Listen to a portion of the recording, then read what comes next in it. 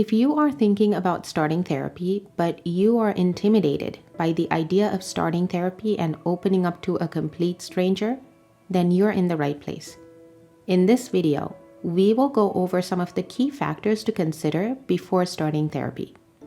Making the decision to start therapy is not an easy one, but I'm glad you made it this far and you're looking for answers. So let's find answers to those burning questions and clear up misconceptions and assumptions about therapy along the way.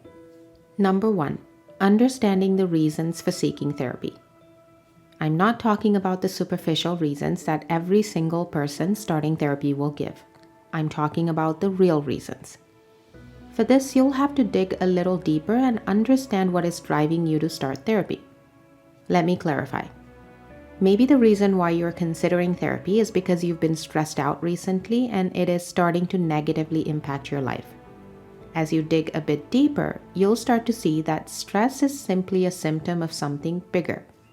This is where you and your therapist can work together to figure out the underlying cause of the stress and address it.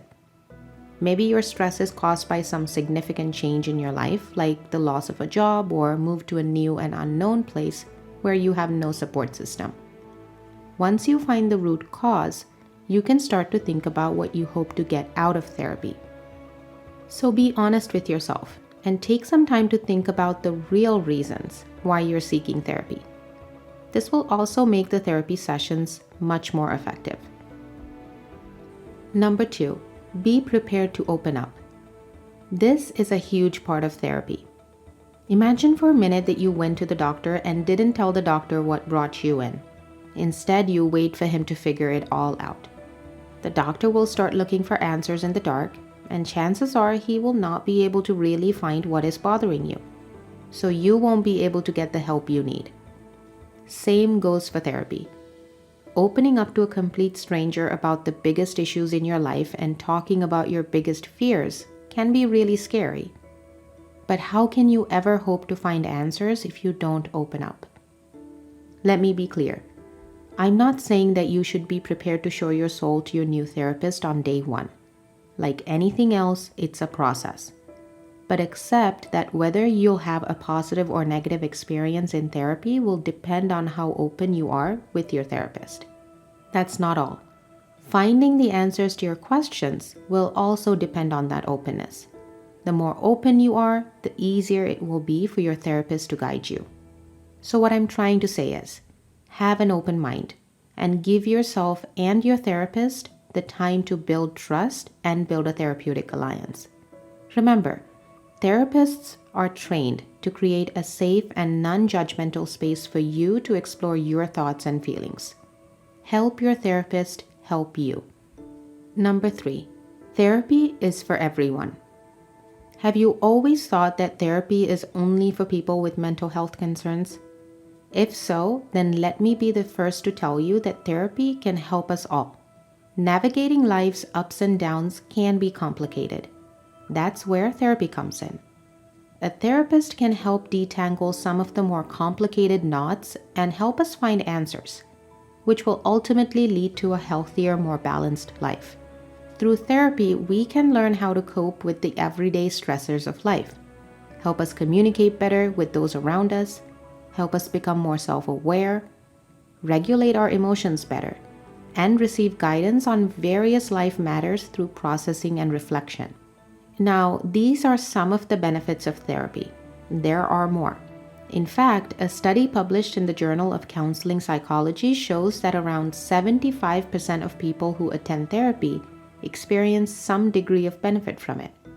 So if you're considering therapy, there's a good chance that it could help you too. Number 4, be prepared to not like your therapist sometimes. As you start to consider therapy, know that you may not always like your therapist or the things they have to say.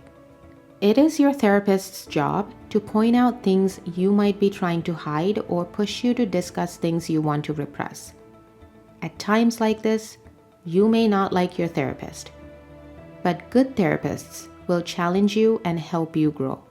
So be sure to examine whether you truly dislike your therapist or if it's a misinterpretation of your discomfort when being challenged. Number 5, A therapist will not give you any answers. They will guide you to find your own answers. Before you start therapy, keep in mind that your therapist will not simply give you answers to all your questions. But it would be great if they did.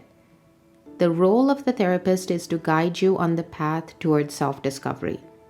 True self-discovery happens when we are challenged to move beyond what is familiar and comfortable. So don't expect your therapist to give you all the right answers. They will walk alongside you and hold your hand as you face tough situations, and most importantly, they'll guide you to find your own answers.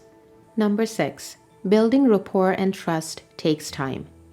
Your therapist is going to be a stranger to you, at least for the first few sessions.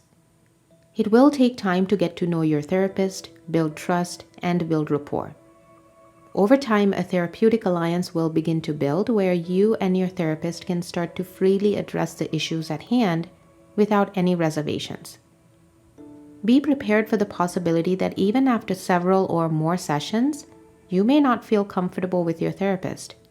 If that's the case, make sure to find a different therapist with whom you can build a stronger therapeutic alliance.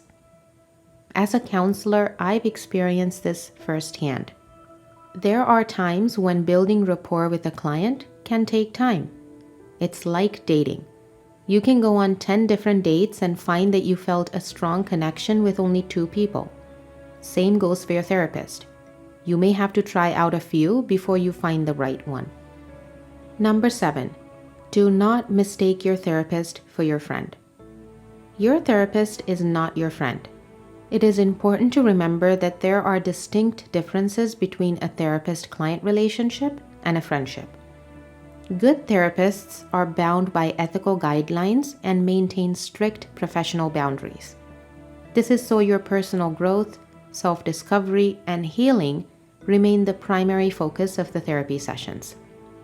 Once you find a good therapist, you will spend a significant amount of time with them and share your deepest, darkest secrets with them. So it's easy to misinterpret a strong therapeutic alliance for a friendship. But unlike in a friendship, your therapist will listen and support you without any judgment or consequence.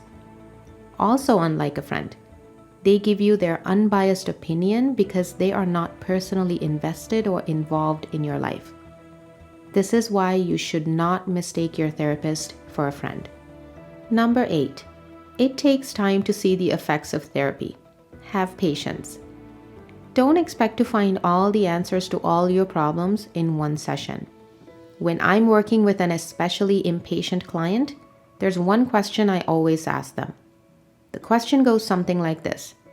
Depending on how long they've had an addiction, I'd say, it took you X number of years to walk through my door.